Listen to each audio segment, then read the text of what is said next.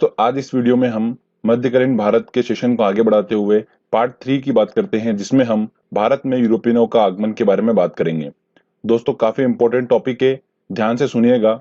इसको अच्छे से मैंने एक्सप्लेन करा है तो आपको बहुत आसानी होगी समझने में। प्लस साथ ही दोस्तों हम एक क्वेश्चन आंसर सेट भी लगाएंगे जो कि बहुत ज्यादा इंपॉर्टेंट है।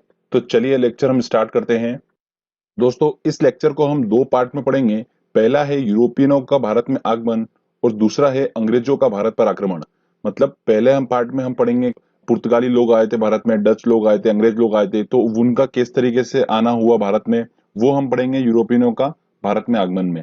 और अंग्रेजों का भारत पर आक्रमण मतलब अंग्रेजों ने किस तरीके से भारत में अपना शासन स्थापित करा, किसे वो भारत में फैले, उसके बारे में हम सेकेंड पार्ट में बात करेंगे। तो चलिए फ्रेंड्स, हम पहले भाग को लेते हैं, यूरोपियनों का भारत में आगमन। दोस्तों, सबसे पहले जो यूरोपियन आए थे वो थे पुर्तगाली लोग। ठीक है। अब पुर्तगाली लोग, ध्यान रखिएगा दोस्तों, 1498 में सबसे पहले वास्को डी गामा नामक आदमी, पहला पुर्तगाली था ये, जो कि कालीकट बंदरगाह पर पहुंचा था।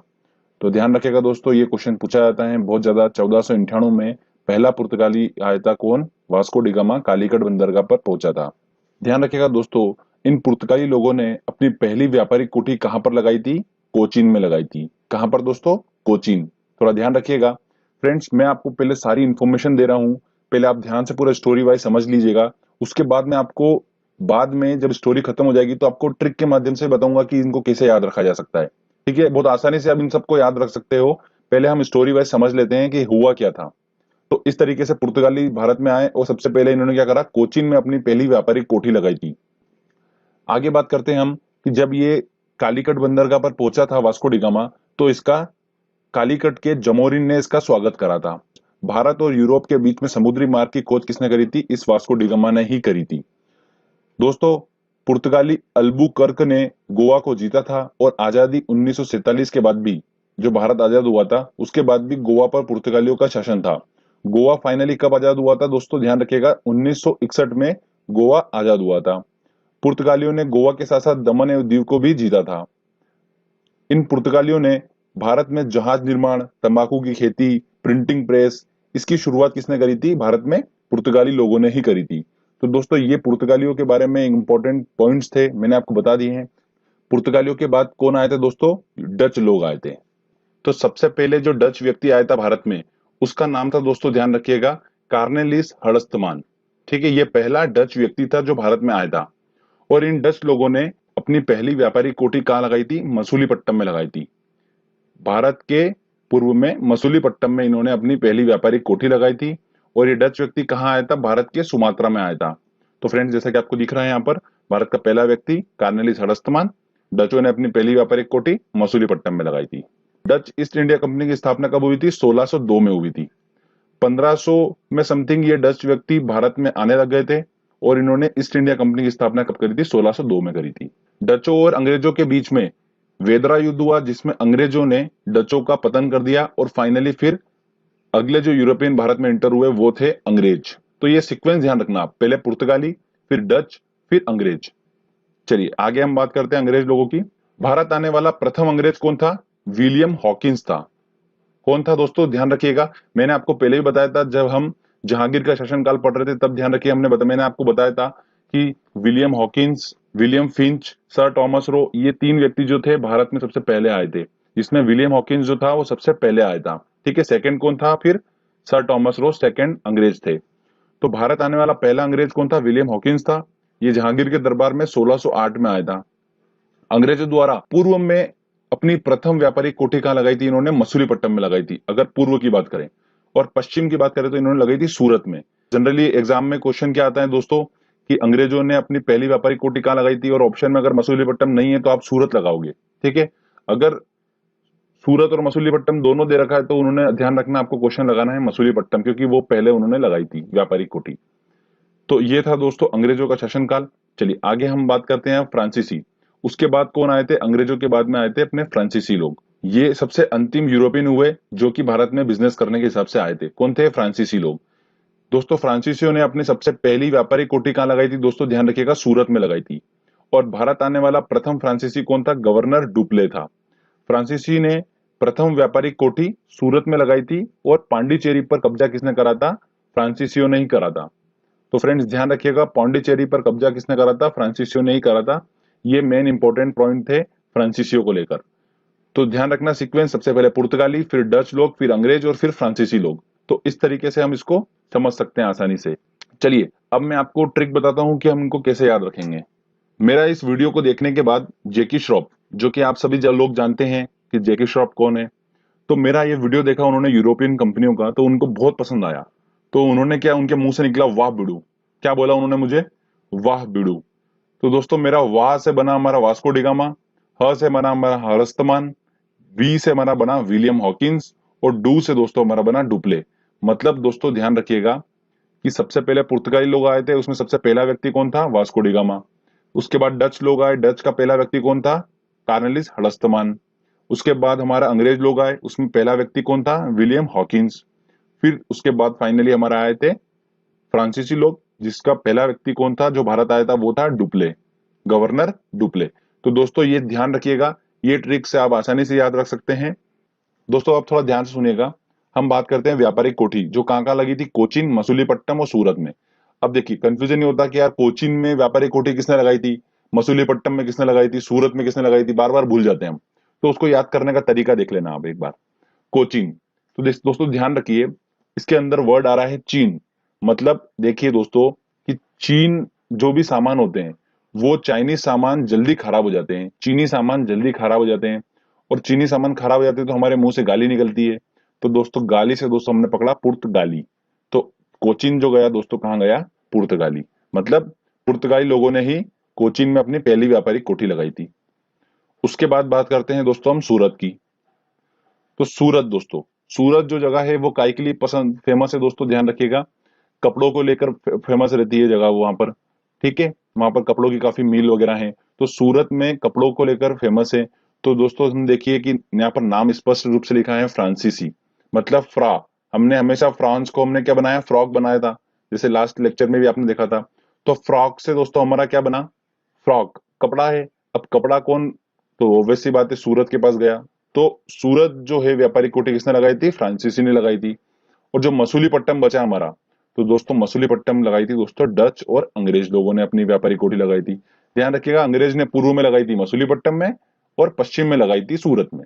ठीक है, तो इस तरीके से हम जो नाम है हमारे व्यापारिक कोठी कहाँ लगाई थी उससे हम पकड़ सकते हैं कि किसने लगाई थी।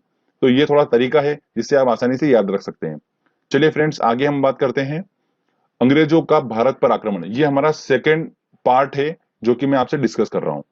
हम बात करेंगे अंग्रेजों ने किस तरीके से भारत पर अपना शासन स्थापित करा। ओके, ध्यान से सुनिएगा।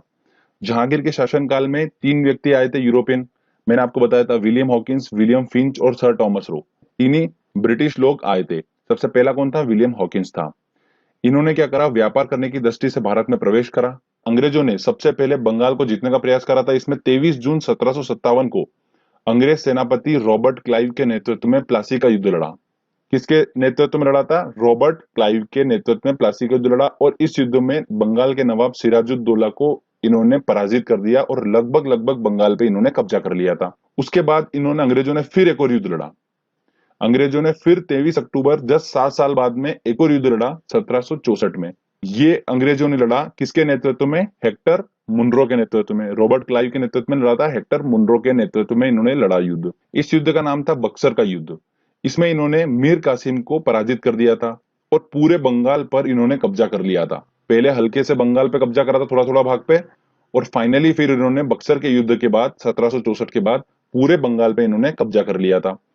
अब इन्होंने एक तरफ तो भारत का पूरा शासन स्थापित कर लिया, अब आगे बढ़े ये कहां पर? मैसूर की तरफ। तो इन्होंने मैसूर में दोस्तों युद्ध लड़ा था। मैसूर के सुल्तान और उसके पुत्र टीपू सुल्तान के विरुद्ध इन्होंने युद्ध लड़ा, और फाइनली इन्होंने मैसूर राज्य पर भी कब्जा जमा लिया अंग्रेजों ने। तो इस तरीके से 2 भाग में ये फैल चुके थे। उसके बाद दोस्तों इन अंग्रेजों ने मुगल वंश के जो शासक थे, जो उस टाइम दिल्ली में राज कर रहे थे, शाह आलम, उस शाह आलम को भी इन्होंने क्या करा? पराजित कर कर दिल्ली पे कब्जा कर लिया। तो इस तरीके से मोटे मोटे अंग्रेजों ने 3 भागों पर कब्जा कर लिया था, दिल्ली, बंगाल और मैसूर पे। और बाकी जो राज्य थे वहां पर फूट डालो और शासन करो नीति के थ्रू ये अंग्रेज फैल गए। तो इस तरीके से अंग्रेजों ने पूरे भारत में अपना शासन स्थापित कर लिया। तो फ्रेंड्स ध्यान रखना अंग्रेजों ने किस तरीके से करा था, मैंने आपको पूरा समझा दिया है। अब एक इंपॉर्टेंट पॉइंट बता रहा हूं मैं आपको। जो प्लासी का युद्ध हुआ था और बक्सर का युद्ध हुआ था, उसके बीच में एक युद्ध और हुआ था। ठीक है, मैंने जगह जो छोड़ रखी है आप देखिए यहाँ पर 1761 में, ध्यान रखना दोस्तों 1761 में प्लासी के युद्ध और बक्सर के युद्ध के बीच में एक युद्ध हुआ था 1761 में, पानीपत का तृतीय युद्ध। दो युद्ध तो हम समझ चुके हैं, पानीपत का तृतीय युद्ध हुआ, यह युद्ध हुआ था मराठों और अहमद शाह अब्दाली के बीच में हुआ था, जिसमें अहमद शाह अब्दाली जीत गया था। ठीक है, तो ये थोड़ा इंपॉर्टेंट पॉइंट है, आप थोड़ा ध्यान रखिएगा कि 1761 में पानीपत का तृतीय युद्ध हुआ था। तो फ्रेंड्स इस तरीके से हमने दोनों पार्ट को अच्छे से समझ लिया। तो चलिए हम अब क्वेश्चन आंसर लगाते हैं, टेस्ट लगाते हैं और देखते हैं कि हमको कितना समझ में आया है। फ्रेंड्स बहुत इंपॉर्टेंट क्वेश्चन आंसर टेस्ट है, तो आप इसको पूरा लगाइएगा, इससे ही क्वेश्चंस बनने के चांसेस रहते हैं। हमारा पहला क्वेश्चन है, वह पुर्तगाल कौन था जिसने गोवा पर अधिकार किया था? तो फ्रेंड्स मैंने आपको बताया था डी अल्बुकर्क था जिसने गोवा पर शासन स्थापित करा था, तो आंसर लगेगा इसका बी। किस यूरोपी ने भारत में सबसे पहले अपना व्यापार फैलाया था? तो देखिए दोस्तों सबसे पहले कौन आए थे? पुर्तगाली लोग आए थे, तो इसका आंसर लगेगा सी। उसके बाद आए थे डच लोग, फिर अंग्रेजों, फिर फ्रांसीसी। 1498 में वास्को डिगामा कहाँ उतरा था? 1498 में मैंने आपको बताया था कालीकट बंदरगाह पर उतरा था, आंसर लगेगा इसका बी। तो कितने इंपॉर्टेंट क्वेश्चन है दोस्तों, ध्यान रखिएगा। चलिए अगले क्वेश्चन लेते हैं हम। वह अंग्रेज जिसने जहांगीर के दरबार में आकर भेंट किया था, तो वो अंग्रेज कौन था जिसने जहांगीर के दरबार में आया था? तो सबसे पहले आया था दोस्तों William Hawkins, sir Thomas Roe. तो सर थॉमस रो, आंसर लगेगा इसका दोस्तों ए वाला। ब्रिटिश ने भारत में अपनी पहली फैक्ट्री स्थापित करने की अनुमति किससे प्राप्त करी थी? तो ब्रिटिश मतलब अंग्रेज लोग भारत में इंटर आए थे जहांगीर के शासनकाल में, और उसी से उन्होंने अपनी पहली व्यापारिक कोठी लगाने की अनुमति प्राप्त करी थी। तो इसका आंसर होगा बी, जहांगीर। भारत में अंग्रेजों ने 1612 में अपनी पहली व्यापारिक कोठी कहाँ लगाई थी? तो अंग्रेजों ने 1612 में अपनी पहली व्यापारिक कोठी कहाँ लगाई थी? तो देखिए दोस्तों पश्चिम में दोस्तों उन्होंने लगाई थी, कहां पर? सूरत में लगाई थी, तो इसका आंसर लगेगा डी। अगला क्वेश्चन है दोस्तों हमारा, भारत में फ्रांसीसियों ने अपना पहला कारखाना कहां पर लगाया था? तो फ्रांसीसियों दोस्तों फ्रांस से हमारा बना था फ्रॉक, और फ्रॉक जो है कपड़ा मतलब कहां पर होता है? सूरत। तो इसका आंसर लगेगा ए।